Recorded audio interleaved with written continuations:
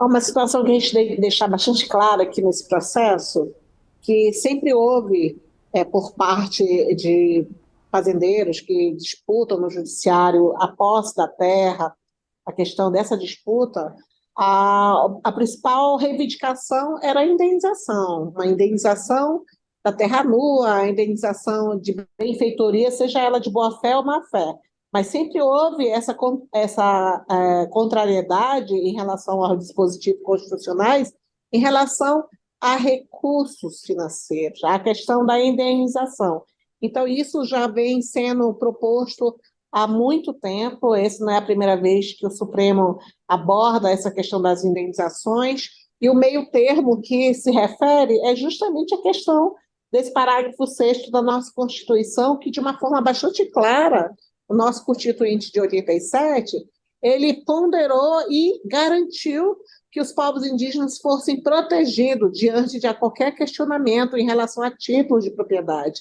Então, o artigo 6º ele diz que são nulos e não produzem efeitos jurídicos, digamos, qualquer ato administrativo jurídico, inclusive de títulos, que em relação às terras indígenas.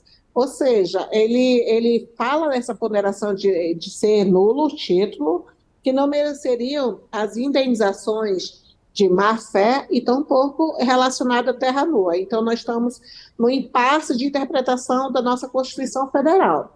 Se a gente for considerar o artigo 6º plenamente válido, e que é válido, né, não resta dúvida nenhuma o que a Constituição ela prevê, ela não dá brecha a essa questão das indenizações, considera a indenização apenas de boa-fé e que, para tanto, gera toda essa expectativa às pessoas não indígenas que ocupam hoje áreas que estão dentro do limite das terras indígenas, que possam ser, digamos assim, de uma forma ou outra atingida no levantamento fundiário. Então, o ponto seria esse: recurso, dinheiro, essas indenizações, até onde a nossa legislação poderia estar amparando interesses individuais em relação Se aos direitos coletivos dos é povos possível, indígenas. é possível entender, então, Joênia, se caso o Supremo vá por este caminho, o governo vai recorrer disso? O governo, como você fala, tanto a União, que se manifesta através da AGU, mas a própria FUNAI, que modificou, inclusive, o seu voto anterior em relação a esse caso de repercussão, ele aborda essa preocupação em relação às indenizações, principalmente de quem você mesmo afirmou, né, estaria de forma ilegal e não seriam, digamos assim, beneficiários. Mas, por outro lado, também o governo tem uma preocupação relacionada aos erros que o próprio Estado cometeu no passado, sobre alguns títulos que foram concedidos. Por isso que existe essa discussão toda, né?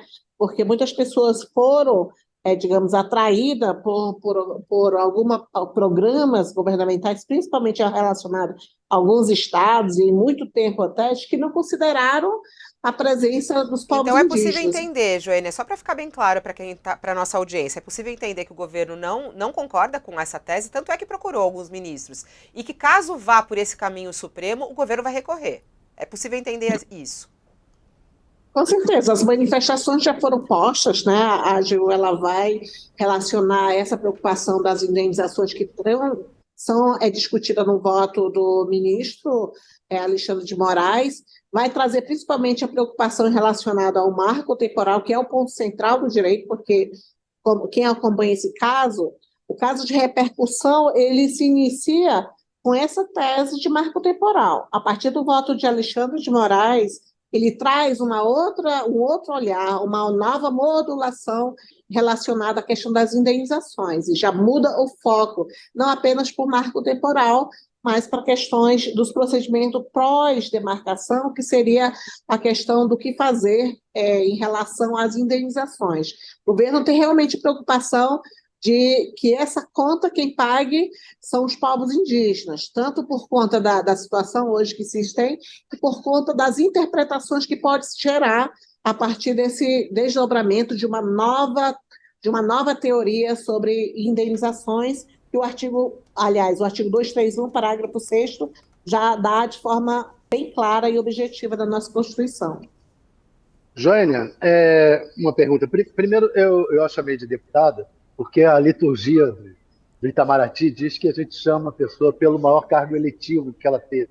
Então, Uhum. eu a chamei de deputada, mas eu sei que a senhora é presidente da FUNAI Aham. e eu queria tirar uma dúvida. Há muita desinformação sobre o futuro das terras indígenas, das brigas com fazendeiros, depois se for estabelecido, se não for estabelecido o marco temporal. Como seria a definição das terras indígenas em litígio daqui para frente? Se o Supremo definir que não há marco temporal, e como ficarão os litígios? Como será a definição? O que é terra indígena, o que não é terra indígena? O conceito de terras indígenas, a nossa própria Constituição ela já define. São terras que são tradicionalmente ocupadas pelos povos indígenas, são áreas imprescindíveis à sua sobrevivência física, cultural, espiritual. É a relação com a terra que se conta, a relação ambiental, a relação necessária a manter a cultura, a relação que se tem com as outras comunidades. Esse é o conceito de terras indígenas que a nossa Constituição protege e que a FUNAI, a União, através da FUNAI, né, tem a obrigação de reconhecer, estabelecer esses limites. Quando a gente discute os limites, não é feito de uma forma aleatória e tampouco eivado de ideologia e sem qualquer conexão. O trabalho que a FUNAI ela desenvolve é um trabalho técnico, por isso que se constitui grupo de trabalhos para fazer a identificação das terras, considera os conceitos constitucionais, considera os conceitos e princípios e procedimentos que hoje são seguidos, que é o Decreto 1775 e outras resoluções, para justamente com que esses conceitos eles sejam incorporados na definição dos limites das terras indígenas. O limite que vai trazer uma segurança tanto para os povos indígenas, de terem a sua segurança, a sua vida, a sua cultura, a sua economia, a sua relação especial com o meio ambiente, que Então isso seja respeitado. vai ser É definido caso a definido. caso. Caso a Mas caso vai justamente isso. Por isso que se tem grupo de especialistas para estudar a terra indígena.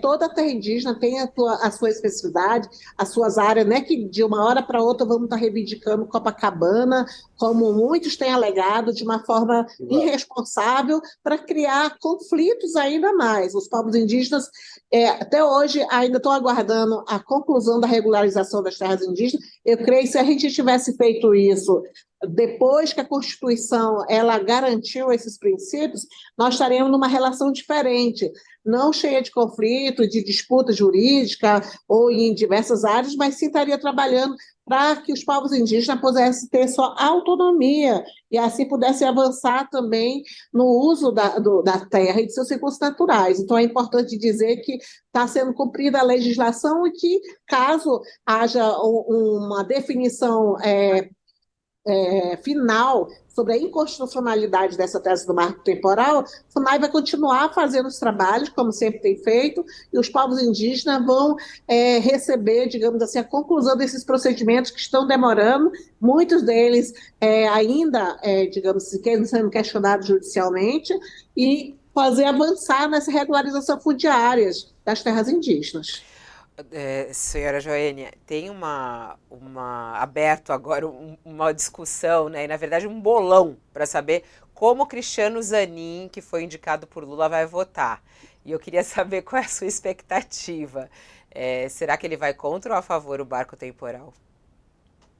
Olha, em relação ao marco temporal, para mim é tão claro o absurdo, ele fere vários princípios constitucionais.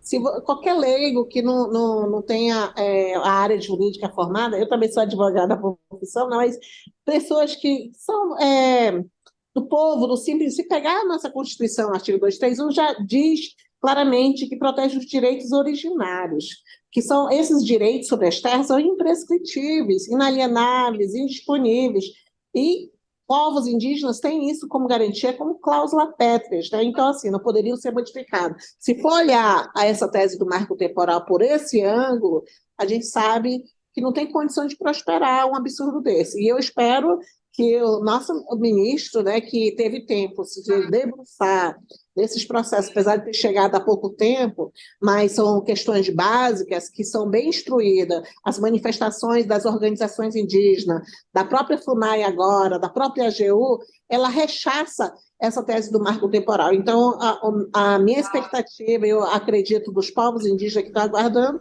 é que ele vá também, de uma forma bastante clara e objetiva, afirmar que o marco temporal é inconstitucional. A senhora já conversou sobre o marco temporal com o presidente Lula?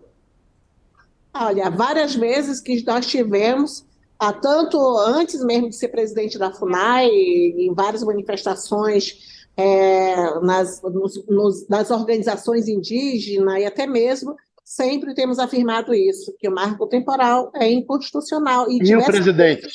E diversas vezes já ouvi do próprio presidente que teria que derrubar isso. Então, a gente está cumprindo uma obrigação do Estado brasileiro, tanto de defender a nossa Constituição, mas defender os direitos dos povos indígenas, e a FUNAI ela tem essa obrigação constitucional de defender os povos indígenas. Por isso que tanto a minha manifestação como do próprio presidente tem ido na mesma linha, no mesmo sentido, relacionado ao marco temporal. Isso é público, diversas vezes ele já tem se manifestado dessa forma. Tem que ver se o indicado dele para o STF pensa a mesma coisa, né? É isso que o pessoal está na dúvida. E a senhora, pelo jeito, também. A senhora, pelo jeito, também está na dúvida. Não, eu estou na esperança. Eu estou na esperança. Eu nunca vou deixar de ter esperança que os nossos ministros sejam sábios em relação à nossa Constituição.